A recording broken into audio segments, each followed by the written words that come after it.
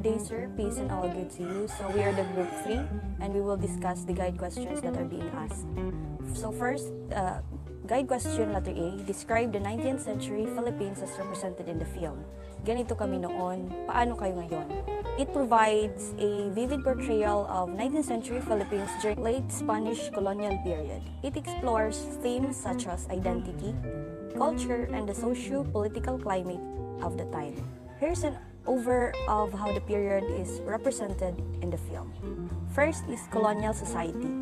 The Philippines is depicted as a society deeply influenced by Spanish colonization. The characters and settings highlight the hierarchical structures or settings highlight where Spaniards and mestizos or mixed race individuals hold positions of power and influence, while native Filipinos or Indios occupy the lower rungs of society. Number 2 is identity and nationalism. The film captures a time of growing consciousness about Filipino identity and nationalism.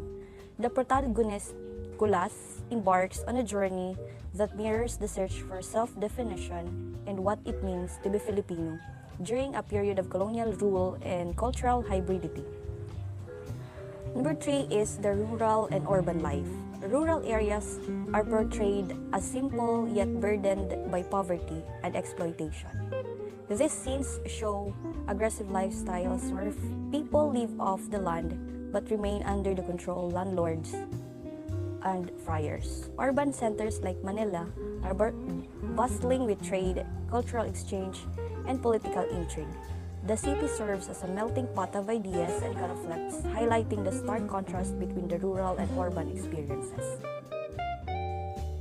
Good day. Here is the continuation of an overview of how the period is represented in the film. So number 4, the cultural practices and traditions. So the film depicts traditional Filipino costumes, clothing, and practices, emphasizing the unique blend of indigenous, Spanish, and Chinese influences in the Philippine culture. Celebrations, religious rituals, and the use of local dialects add authenticity to the settings and provide insight into how Filipinos lived during this period. So number 5 is socio-political tensions. So the film reflects the socio-political unrest of the time, including the dissatisfactions of the Filipino under Spanish rule, the emergence of reformist movements, and the seeds of the Philippine revolutions. So it portrays the struggles of the common people against oppression and the exploitation by both colonial authorities and local elites. So in summary, ganito kami noon, paano kayo ngayon? So present the 90th century Philippines as a country caught between tradition and change, oppression and resistance, and the search for a national identity. Through the lens of Cola's journey, it encapsulates the complexities of life under Spanish colonial rule and the early strengths of Filipino nationalism.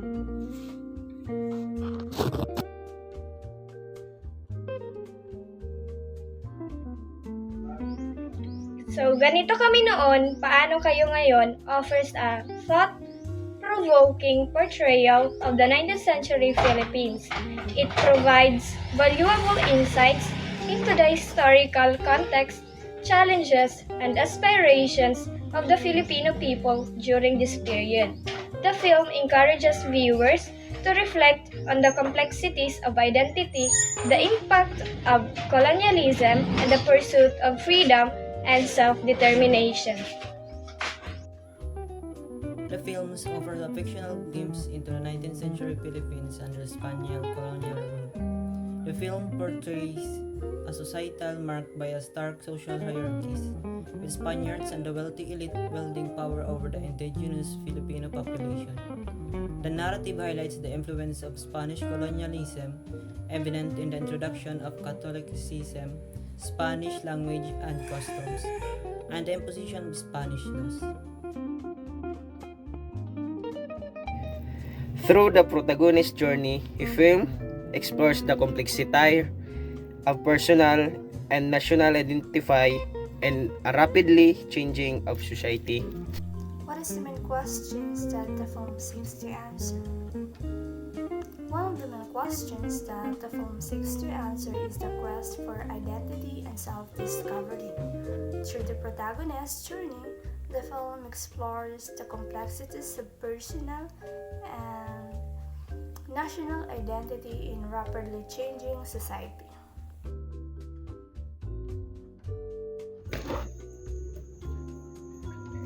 The question is, what is your own reflection based on the film and your understanding?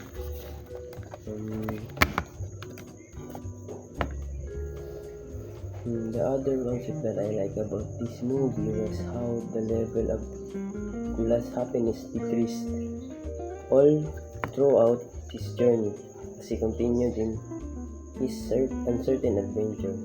Kulas discovered and learned new things about the world.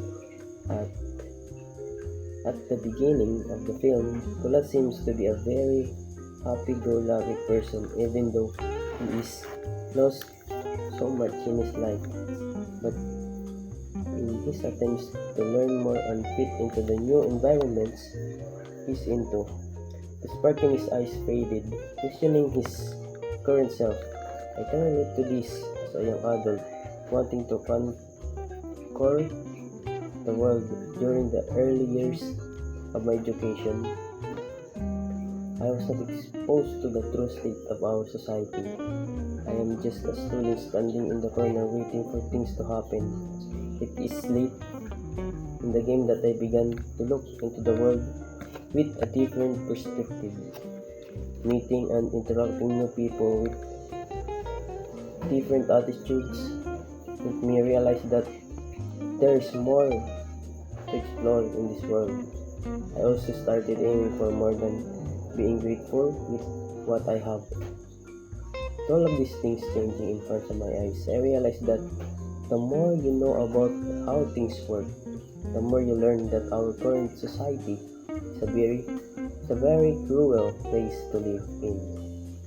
I had a lot of fun and learnings watching this classic film. It's good. The values that we can learn from this film transcends time. Being a Filipino is such a pleasure, knowing that our ancestors fought for the independence of this nation from the hands of our colonizers. The people before us made the independence we experience right now possible. Their undying love for this country allowed us to enjoy the freedom that they fought for us. What is your own reflection based on the film and your understanding? Based on the question that you given, sir, it consider how the past, how shape our present, and how we can learn from history. The movie depicts the struggles and trumpets of the Filipino people during the Spanish colonial period, highlighting their resilience, resourcefulness, and strong sense of community. It also showcases the country's rich cultural heritage, including its tradition, music, and art.